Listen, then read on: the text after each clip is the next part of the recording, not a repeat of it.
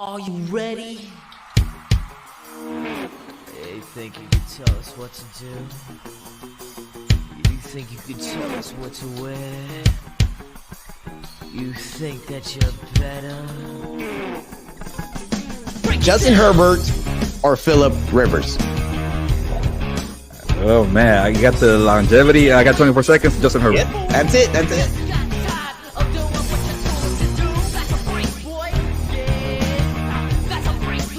Freddie, did you really want to be a Dodger? Did you really want to leave the Atlanta Braves after winning a championship? No. Welcome to the show, my guy. What's up, Fredo? How you doing, my man?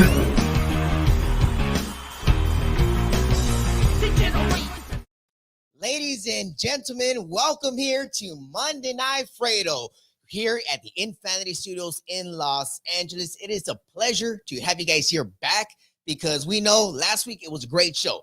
But we have one person missing in our show, and that person is here live in studio with us here today. We got the one and only, the great Arash Markazi. He's here live in studio. We're going to sit down one-on-one and talk about everything from life to sports and what's going on with the Chargers and the Rams, the Lakers and the Clippers. There's just so much stuff going on here in Los Angeles. But of course, we want to just go ahead and give a special shout out to Get Lace. Make sure everyone goes to getlaces.com and use that promo code Fredo and get 25% off. I mean, if you got shoes and you ain't got these laces, I don't know what you're doing. So make sure you go to getlaces.com, use that promo code Fredo, Fredo, plain and simple, and get 25% off.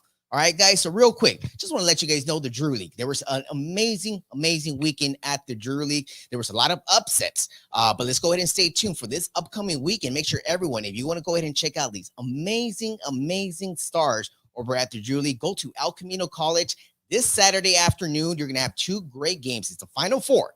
Then we got the championship game Sunday afternoon. This is going to be incredible for everyone that's been following me on Instagram and Twitter. Make sure you guys continue to follow for all the exclusive coverage at my Instagram and Twitter at Fredo Cervantes. All right, guys, make sure you guys check it out because it'll be a great weekend.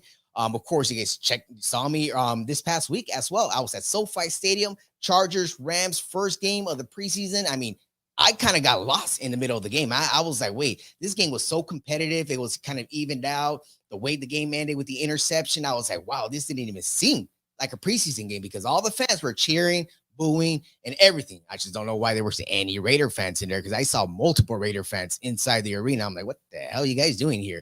But anyways, we'll be right back here on Monday Night Fredo with the one and only, the great Arash Markazi. We'll be right back.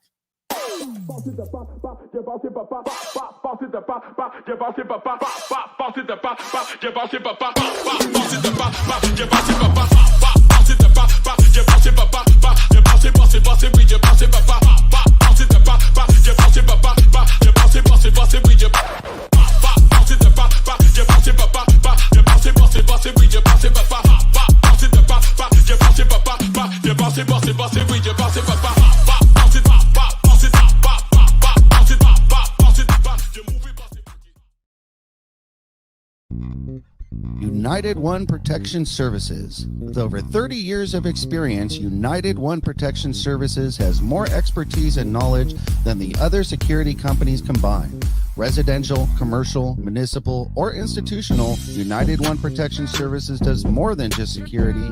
We protect your livelihood. United One Protection Services.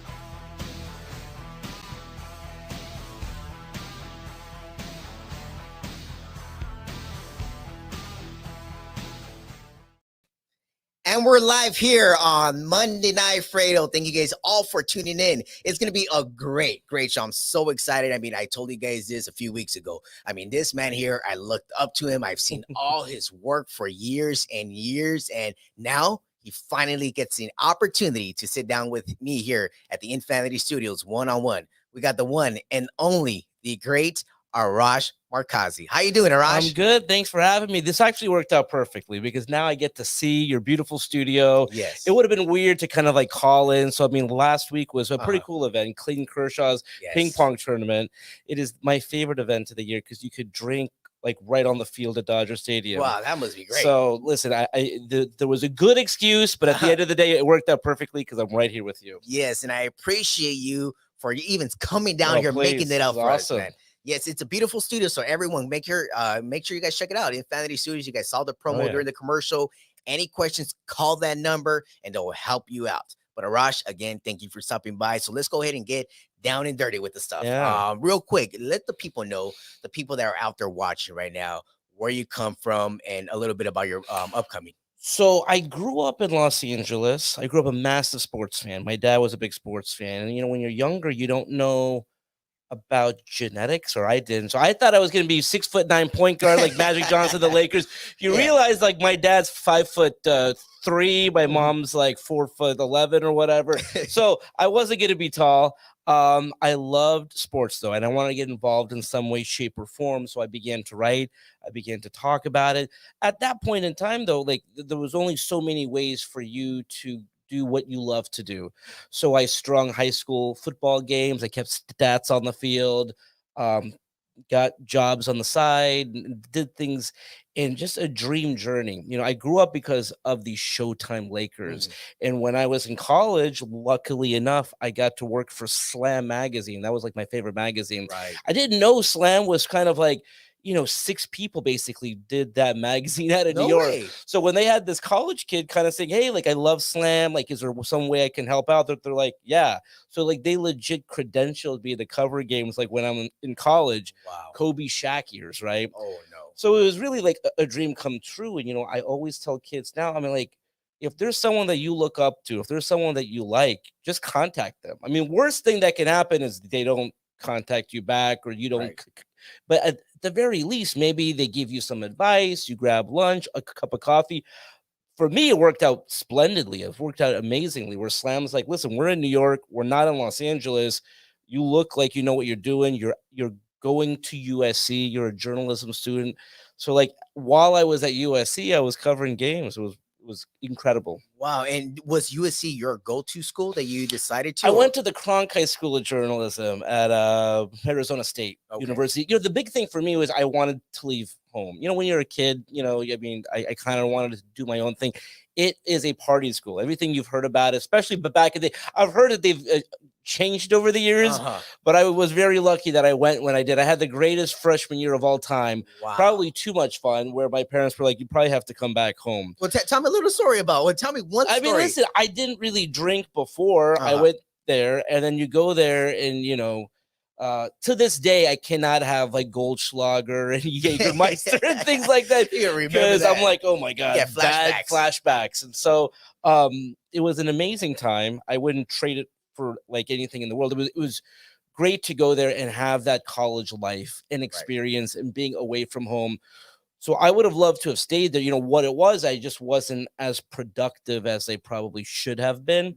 So my parents told me you have to come back. And so I applied to USC and CSUN. And by the way, I always tell people, I'm like, CSUN has an amazing journalism school. I would hope that I had the same career regardless.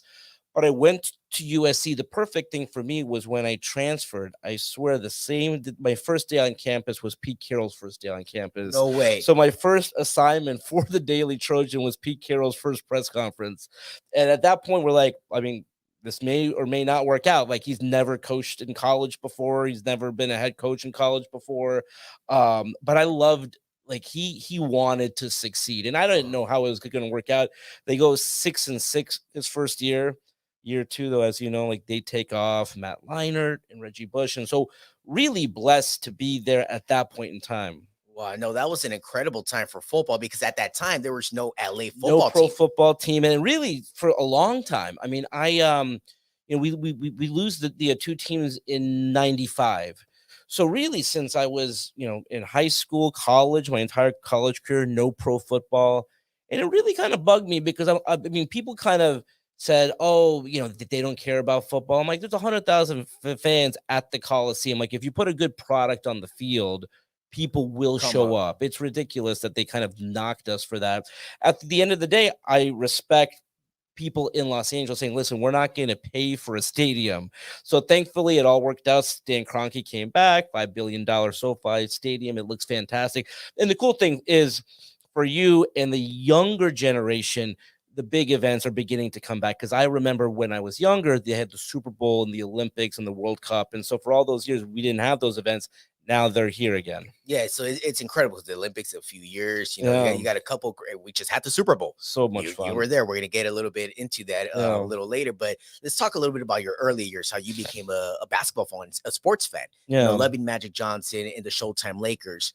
How, like, as a kid, who put that basketball in your hand, or who put the Lakers on TV for you? It was my dad. My dad is just such a sports nut. He watches every sporting event. It doesn't really matter what it is. If it's late night and there's a soccer match or softball, I mean, he's going to watch it. But the Lakers, the Showtime Lakers, was such a fun team to watch. I mean, that fast break, fast-paced style. And so I just fell in love with it, and just their uniforms and their personalities, and really blessed to grow up in Los Angeles during that time period when I was a kid. You had the Dodgers were successful, the Lakers as well. But there was something about the Showtime Lakers. It was Pat Riley in the suits. It was Magic. It was Kareem. It was James Worthy. The way that they played. And I think it was 1988 was the first game that I went to, and my dad said that he was going to drive me to a friend's house to watch a game on TV.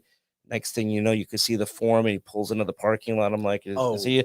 And he got, and the tickets were all the way up in the nosebleed, but it didn't matter. It was magical. It was so magical, and at that moment, like, I was hooked. And I didn't know, in what capacity, like, I was going to be involved in sports. I mean, at that point in time, like, I still thought I was going to grow up tall and be a player, but I just knew that this is what I want to do, and this is what I love, and to this day I don't lose that. Right, when I go to SoFi, when I go to these games, there's something about being there. And I still say this, as much as I love SoFi, that press box, you don't really feel the crowd. No. So during the conference championship game, during those big events, I'll walk out and I'll just be amongst the fans, because I kind of need to feel that. I need to hear that. No. I feel you 100, because at the time I spent two games in the press side for the Chargers. Yeah. The other games I walked down to the 200s down there. There's open sections. You can feel the vibes. I get that part. You just want to, because it feels so close, so quiet. Everyone's just, of course, you keep focused on the game, but you sometimes just want to feel that part. That's very, very exciting, because I've always said, because I was born in 1991. I'm just 30. So I was born a week after Magic announced HIV, because Magic announced it in November 7th. I was born on the 14th. Okay, interesting. So for me growing up, I grew up in the Kobe and Shaq. I was 10, 11, watching that as a kid.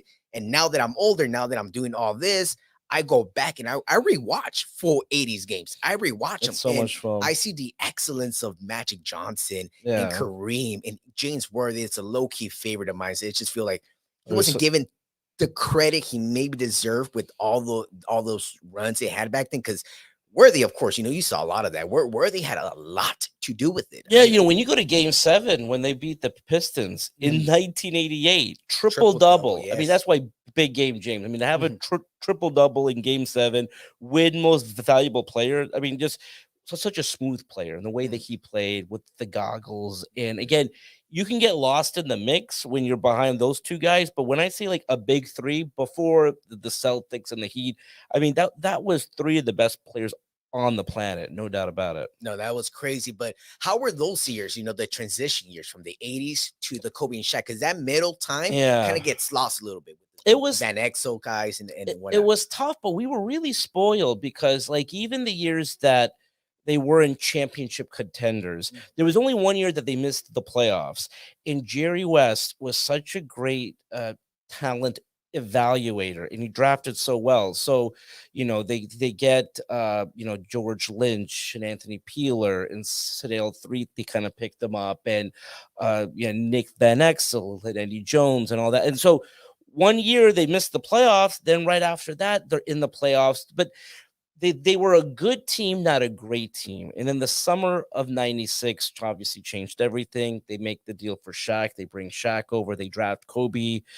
at that point, Kobe was a kid still, right? And so he wasn't Kobe yet, but you could tell who he would become. All that great drafting, by the way, like got them that team. And so that's why the period that they had prior to LeBron coming was so odd, because I had never experienced, not just that like I had not experienced, the Lakers franchise had never not gone to the playoffs, 6 years in a row, 7 years. It was just so tough. It was tough. And for me, it was really tough. This is a time I was growing up. I finished school and I'm in transition period, just watching these guys. I mean, no disrespect. Jordan Clarkson's a great kid. D'Angelo Russell guys, Julius Randle when they were here, but it was something was really just missing.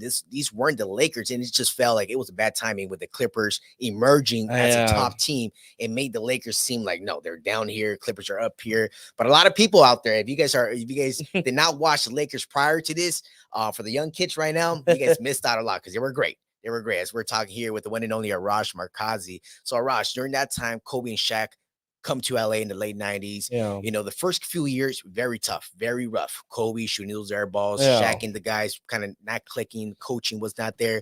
They bring in Phil Jackson in 99. Well, what do you think really helped out Phil to just come in the first year and win it all? It's incredible because when people want to knock Phil because he's always had talent, I really, having covered those teams, say it is amazing what Phil basically took over that same team. It's not like they went out and got big names. They got Ron Harper, who was basically at the end of his career, John Sally, who definitely came out of retirement, again, to kind of teach the guys how to play in that system. They go from getting swept by the Pistons their last year at the Forum, and I always thought that was like, okay, like you're gonna lose to the Spurs. I think I said Pistons, the Spurs. So it was the second round of the playoffs, and they get swept by the Spurs. I just thought was so bad. So their last game at the Forum, their last meaningful game at the Forum, they lose. And the only thing that they really did significantly was they bring in Phil Jackson, and there was that trust that they had with Phil, because prior to that, they had never spent a lot with the coach. So once Pat leaves, they bring in Mike Dunleavy, and Dale Harris. Dale Harris was a good coach. He wasn't a championship coach. Kurt Rambis, like Kurt, but again, not a championship coach. And so when they brought in Phil, I mean, he's basically got the rings. He's like, you guys want to win, do what I tell you. Shaq bought in, Kobe did, and that entire team came together. It is the most nervous I have been in that conference finals where they beat Portland in Game 7. But when people want to knock Phil, because I can't speak to Chicago, but from what I've heard, it was kind of like the same thing. They got to a certain point, they couldn't get past that hump, and then Phil helped them to do that. With the Lakers, I saw it firsthand, getting swept by Utah, getting swept by the Spurs, just totally like outclassed. I mean, like they're a good team, but they're not the Utah Jazz. They're a good team, but they're not the Spurs. And then Phil comes in, and not only do they win that first championship, right? They win three straight, and it just clicked at that moment. What do you think it was? I mean, of course, we all know Kobe Shaq had bumped heads starting in 2003. I mean, it happened during the three-peat, but it started getting uglier. And it's, it started coming out there, hey, Shaq doesn't work out too much. He can be in better shape. Kobe said it years later, hey, we maybe could have won 5-6 in a row if he was in shape. Shaq responded to that afterwards. But what was it really between both of them that just couldn't click? It was two guys who wanted to run the team. Listen, and I get it from Kobe's perspective. Shaq was so dominant. When you talk about looking at old film, look at what Shaq did in those playoff runs. I mean, we've never seen a guy that dominant, especially right now where it's all about like, the outside shot and Steph Curry and 3-pointers and the Splash Brothers. The dominance Shaq had down low back in those days, it was just crazy. So Kobe at that point was, in my view, the second best player in the league. I mean, it was such a rare time where they had the top two players, in my view, in the league. I get it from Kobe's perspective. Like in his mind, it was like, so if I continue down this path, like I'm just going to be Scottie Pippen. I'm not going to be viewed as the guy. And I can tell it got to him where he couldn't be the guy, and he was such a perfectionist that when Shaq would show up like out of shape, miss games, it would really say like, what the heck, man? Like, I mean, and again, Shaq's Shaq knew it was all about the postseason. It was all about the playoffs. So he didn't care about training camp. He didn't care about the beginning of the season. And there was a lot of times during the season where Kobe had to put the team like on his back. And I think he got tired of that. But I will contend here. This is my hot take. That partnership had it just could go so long. When you look at when he went to the Heat, he was finally motivated, lost his weight. They only won one championship with the Heat. I mean, Shaq wasn't going to be Shaq for 6 more years. The trade for Pau enabled Kobe to kind of experience that run where he goes to 3 straight finals, wins 2 straight. I think he probably would have done that. If Shaq and him had stayed together, they may have gone to 3 more finals and won 2. I don't agree with this idea that Shaq was going to be Shaq for 5 more years. I mean, he's a human being.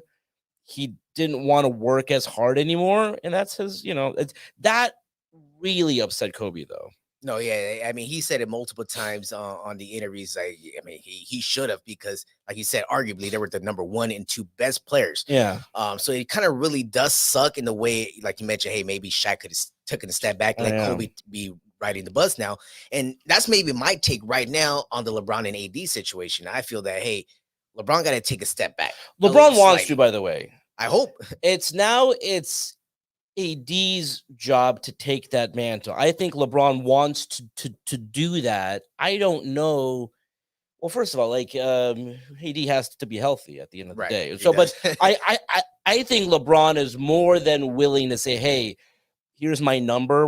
I think he was going to give him 23. He was going to say, like, "You're the captain. We're going to run through you." He wants to do that. I don't know if like AD wants it, and if he does want it, he still has to be healthy. Right. And hopefully they figure some out. Yeah, because that's one thing that I kind of want to get into right now. We, like you mentioned earlier, they went through a tough stretch a few years ago through that 2013 through like 2018 until LeBron got here. Those 5-6 years were very awful, very, very bad. But it did help out get those draft picks, and then later on trade for the big piece in Anthony Davis. Of course, LeBron was a walkthrough. You kind of walked in here freely. Did you ever think LeBron was going to become a Laker at that time? I didn't. And I still remember to this day, I think it was like the July 4th weekend or something. I get the text like he's going to come to Los Angeles. And I'm like, oh my God, this was always like a dream, because here's like, it was just so bad for so long. Right. And I knew with LeBron what he meant. LeBron meant the Lakers were going to get back to the finals. LeBron meant that he was going to bring help because of the Clutch Sports connection and all that. And so I knew the moment that happened. And by the way, it was a really good young team. And for the people out there who say like, oh, was that a good trade? They won a championship. And that's for you, Money Mike. Oh my God. It really upsets me because they played about, 67 games. They played enough of the season. They were the best team in the league. The last weekend of the season, they beat the Clippers. They beat the Bucks. They were the best team in the league. So this idea that spending 100 days in Florida didn't help them. And by the way, it didn't help them. It didn't help anybody. I feel bad for LeBron and that team because I believe that was a championship team. And I believe at the end of the day, they were robbed of their moment, of their parade, of their rally, of winning at home or something like that. So because people forget about it or they knock it. Like, they didn't play half a season. They played basically the entire season. And instead of getting home court advantage, which would have really helped them, they would have loved that. They had to play all the games in Florida. Yes, it was in front of no fans, but those were high-level basketball games. I mean, you talk to the players who played those games. I mean, that was tough. And so I just feel bad. I feel they were robbed of their moment, actually. No, they definitely were, and hopefully they get a chance to make that up 100%. Because they definitely deserve, even like how Kuzma said it a couple of weeks ago. He posted up on Instagram. He's like, hey, you know what? We need our parade. And I think it's too late. I'm not for it. Like right now. Now it's too late. Even LeBron said, hey, us and the Rams should have it together. Nah, let the Rams have their moment and let us get a new moment. So LeBron, get us another one. Get us another one. Yeah. Because we definitely want to be out there. But talking about that specific time, 2020, right before that happened, the biggest tragedy of all happened, and losing the great Kobe Bryant. You had the pleasure and the honor to talk to him, interview him, not a little before that A happened, little right? bit. It was It was like a few the months. day before, yeah, because it was the day before the first game of the 2019-2020 season, and I asked him if he was going to go to the game, and he said, "No, I'm going to be with the kids." And I brought it up, and that picture's taken in Costa Mesa, and again, we could have connected over the phone, but he said, "I mean, if you want to come by the office," and I said, "Yeah, let's chat." And it was amazing because we really talked about his family. When we talked about Gianna at that time, kind of like there was clips about her playing basketball, and he was like, genetics are a real thing, man. Like the way that she plays the game.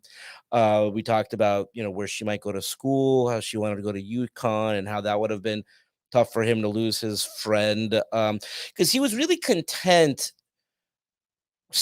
not being involved in the game. He had done whatever he could in the game. So he was never going to be a GM or a coach or a president or whatever. He had kind of transitioned his life into his production company and things like that. But Gianna's passion for the game brought him back. So then he came to more games. But at the end of the day, he said, I just want to be with my kids. I played 20 years. I miss those moments. I miss those moments of being with them. So I want to be home.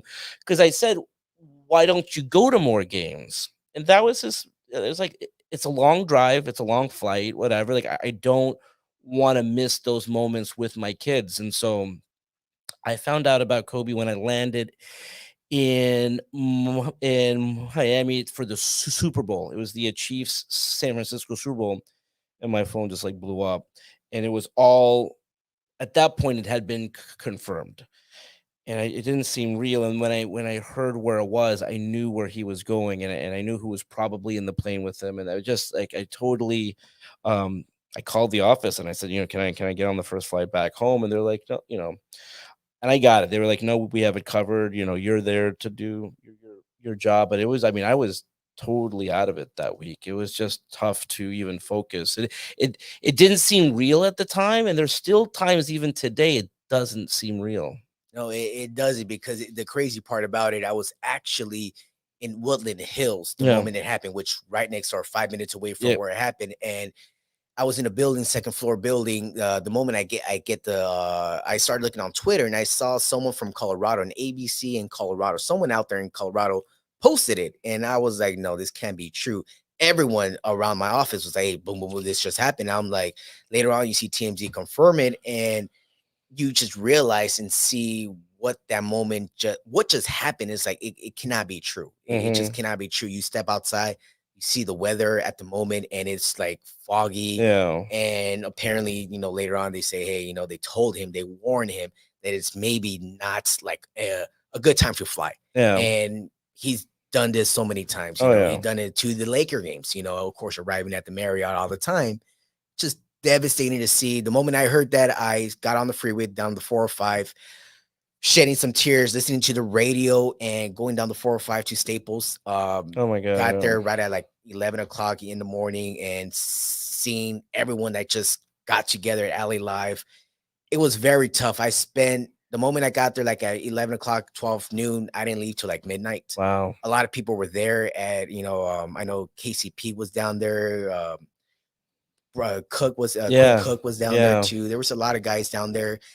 It was just a bad moment, but for yourself, like you were with him very closely, and I got a chance to listen to that interview, and Yeah. hearing him talk about Gigi, and then you guys having that laughter, that conversation.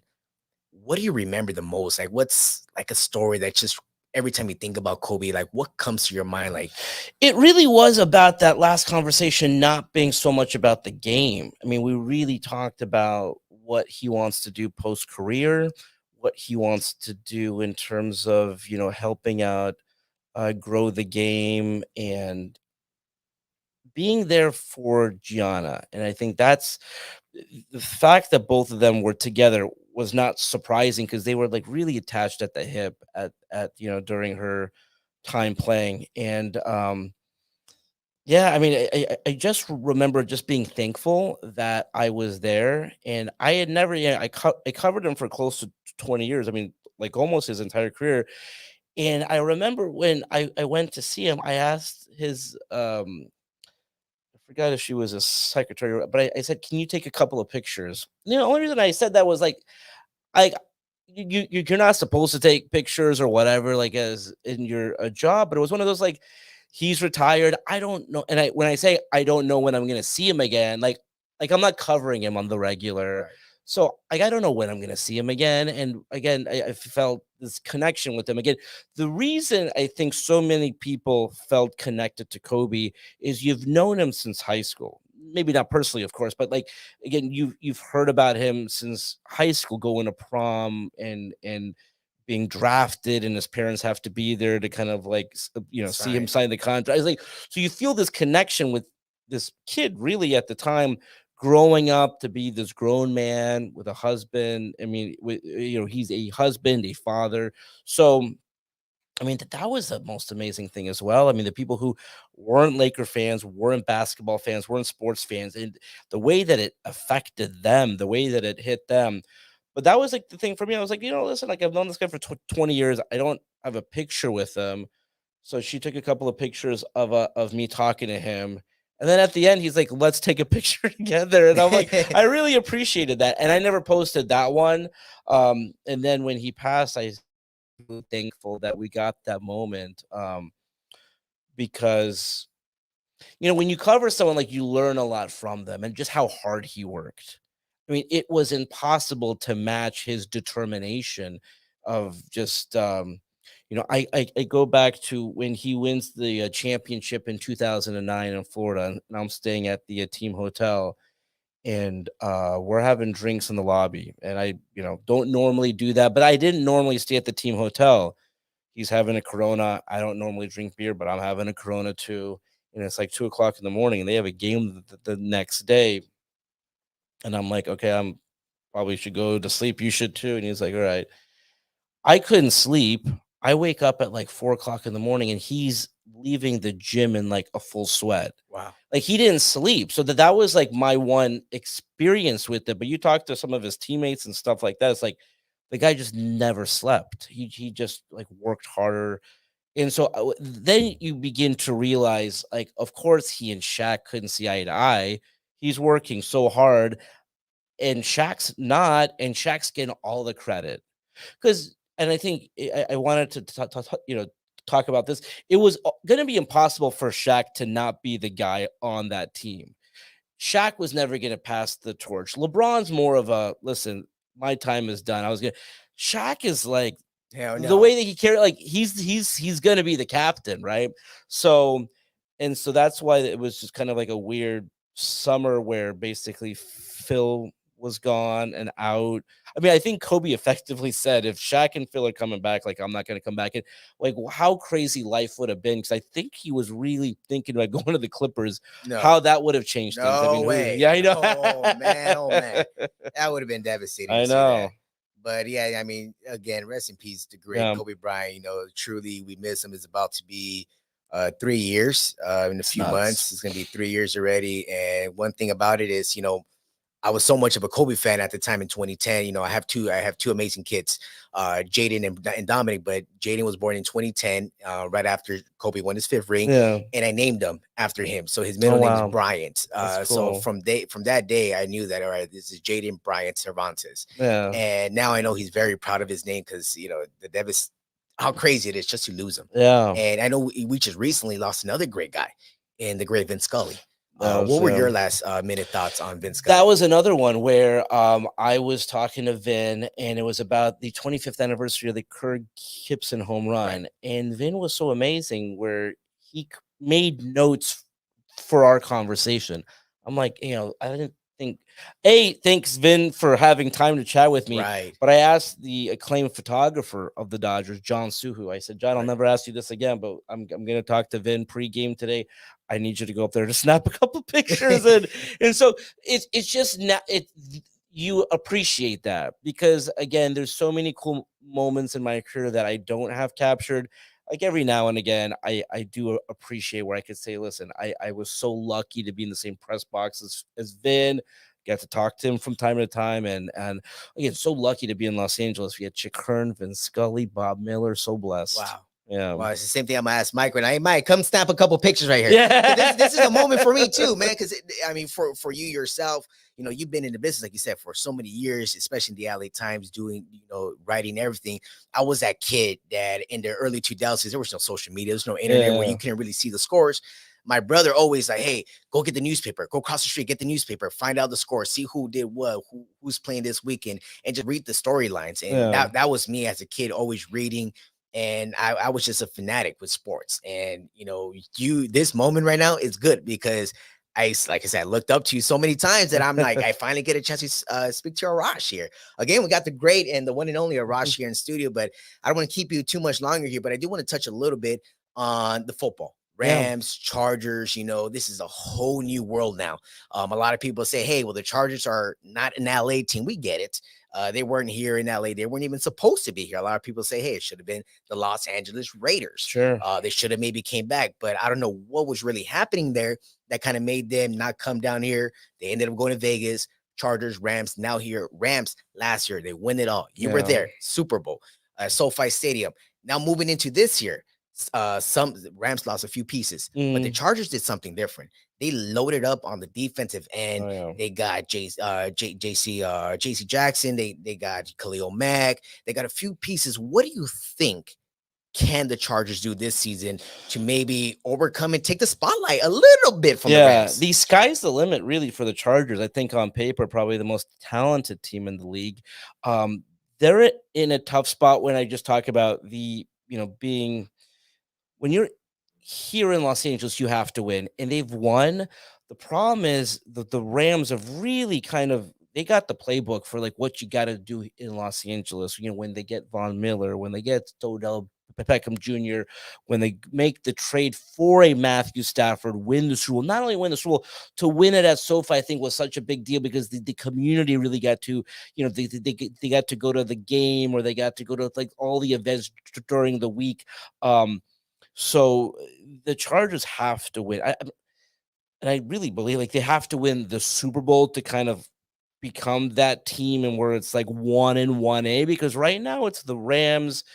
It also doesn't help them in the division. There's still a lot of Las Vegas Raiders fans. And the issue there is I just made that flight. It is a 41-minute wheels up, wheels down flight. I saw that on your Twitter. So what that effectively means is like if you're a Raiders fan in Los Angeles, we almost have 3 teams here, because I mean it's not, you could be a season, and I know there are a lot of season ticket holders because you only have to go to what 6, 7, 8 games. So I love what the Chargers have done. I think they're the best team on paper in the league. If they can actually show what they can do and win, then I think they get, because that was the biggest thing for the Clippers, and you touched on it.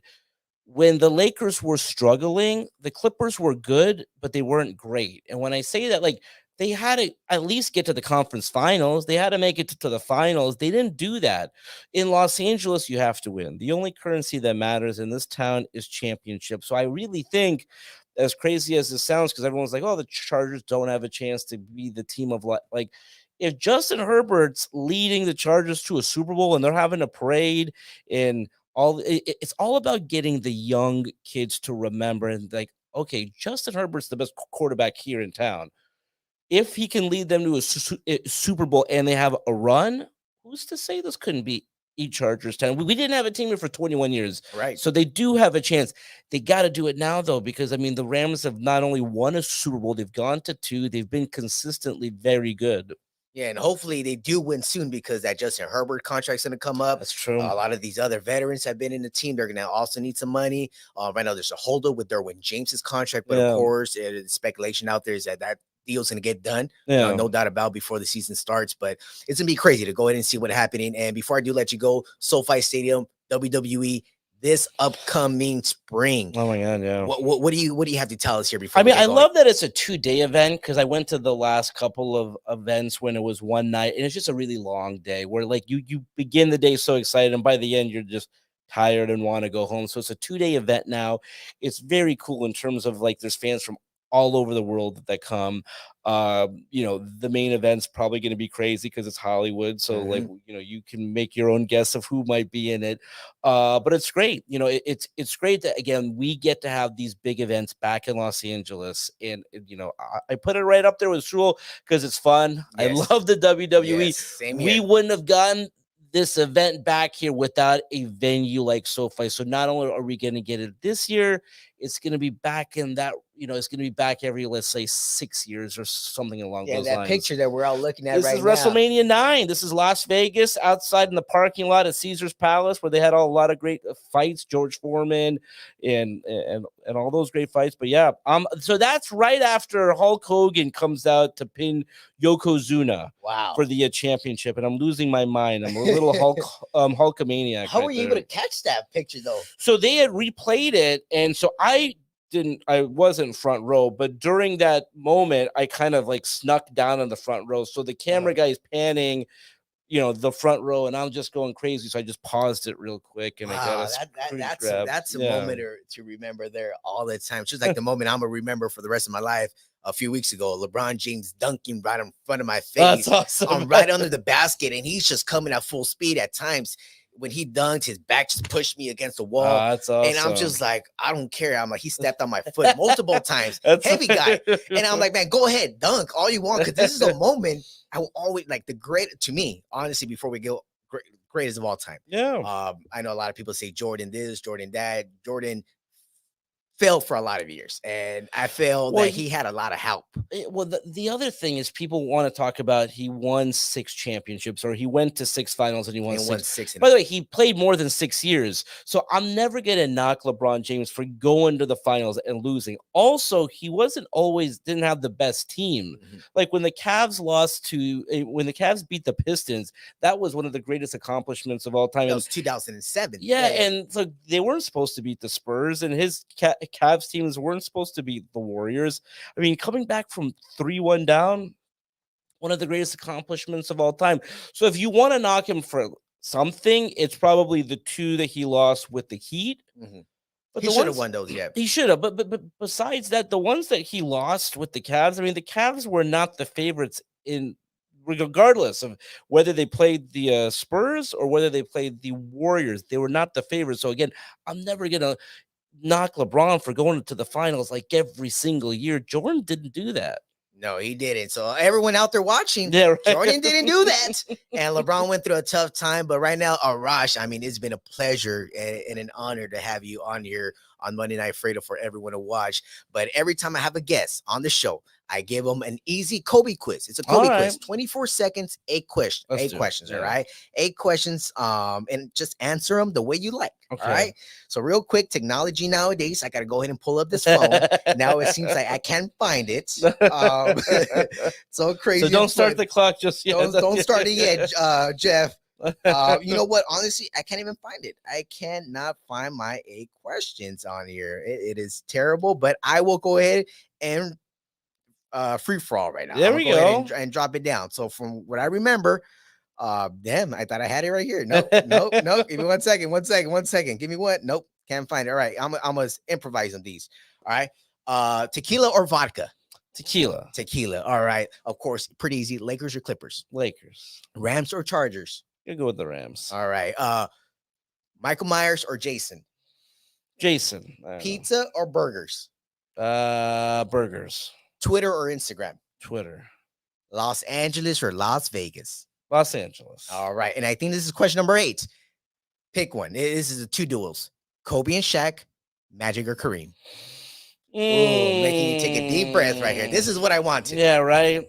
I'll go Magic and Kareem because that's my heyday. That's where I grew up. But listen, I got to cover Kobe and Shaq, so that's a tough one. And by the way, I'll do like I love Kobe Powell. Kobe Powell doesn't get talked about. That was like my favorite team to cover. So no, that was great too, because I was 16, 17. I was a lot older at that time. Yeah, so I so you was remember- able to just watch that yeah. that moment. But Arash, again, man, it's a pleasure to have you on here. I hope Thank you. I would love to have you back in the future. Love that. Any big stories that happen, I would love to talk to you about them. Of course, everyone, go ahead and follow Arash Markazi on Instagram and Twitter. I believe it's right there on the screen. If we can get it up there, make sure you follow him. He's everywhere. He's always flying in and out.